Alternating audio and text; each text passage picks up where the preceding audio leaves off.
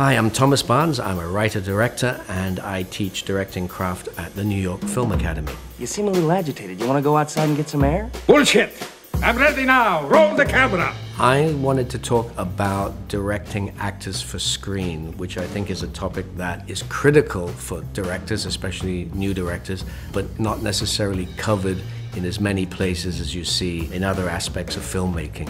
Getting the performance obviously is the critical part of the film. Without it, the film is useless. Doesn't matter how good the visuals are, doesn't matter how great the script is, if the performances suck. Then he takes drugs. Let's go home. Come on, it's clear. What's clear? I am going to call the police. Mom, stop! It was Denny's mistake. Just stop. So that's what I want to talk about and hopefully identify some tools that are useful, and let's see. You want to bear in mind that every director is different, every actor is different. There's no identikit toolbox for everybody in every situation. You really should have different tools at your disposal and develop your own style of working with different actors. I mean, after all, you've got directors as diverse as, say, Quentin Tarantino, who has a really passionate and verbose kind of directing style. Quentin will come in and describe a scene to you in terms of like 6 different films. Versus the Woody Allens and the Clint Eastwoods of the world, who are much less talkative perhaps, but really effective in their own way. When you're in a Clint Eastwood movie, you don't even know the camera's rolling, and you just hear over your shoulder, "All right, go ahead." So there's no one way, and that's a critical thing to remember.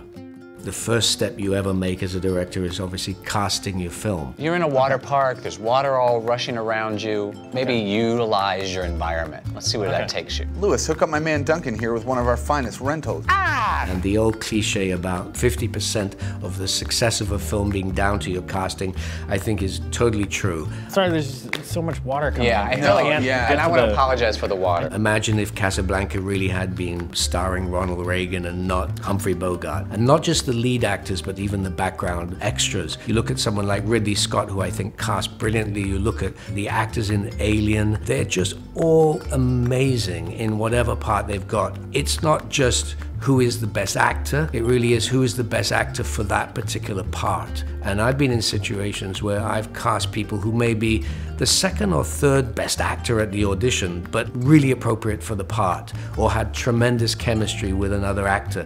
This is kind of weird. Yeah, it's kind of weird, isn't it? It's a little awkward. But it's all right, right?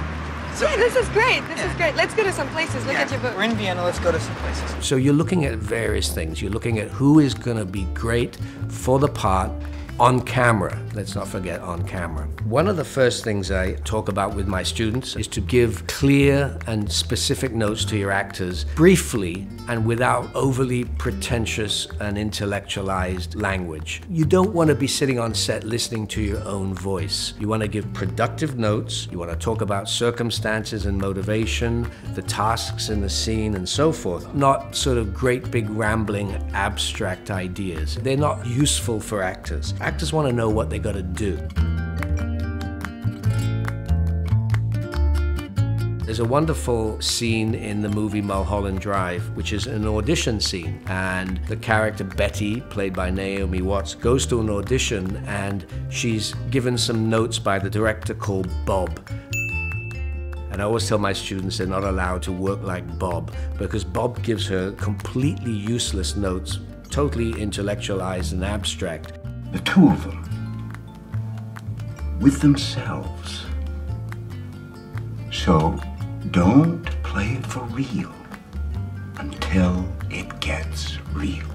It's really amusing because you see the actors kind of listening to his direction, nodding politely, and in their heads you just know they're going, okay, this guy's giving me completely useless notes, I'll figure out what I've got to do myself.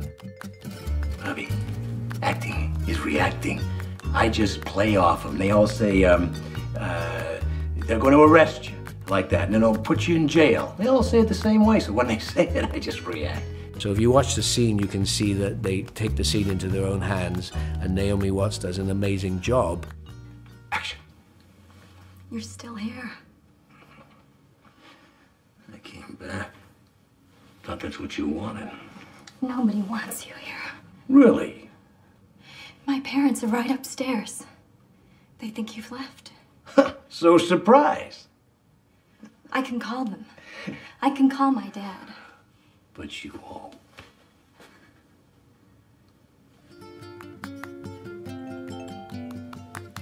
And then afterwards the director says something equally idiotic.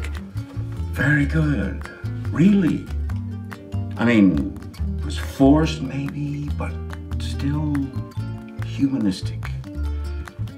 Yeah, very good. So the scene was done despite the best efforts of the director to basically get in the way of the performances. Hi, my name is Carolina Costa, and I'm Director of Photography of the Film Day. I've always been fascinated by the technique called veiling, not showing someone or something in their entirety. I like the idea that we're obscuring a part of someone's self or the whole scene that you cannot see it. And that's always been done, I guess, in literature and other forms of art, but I think it's fascinating how you can express it in the art of cinema.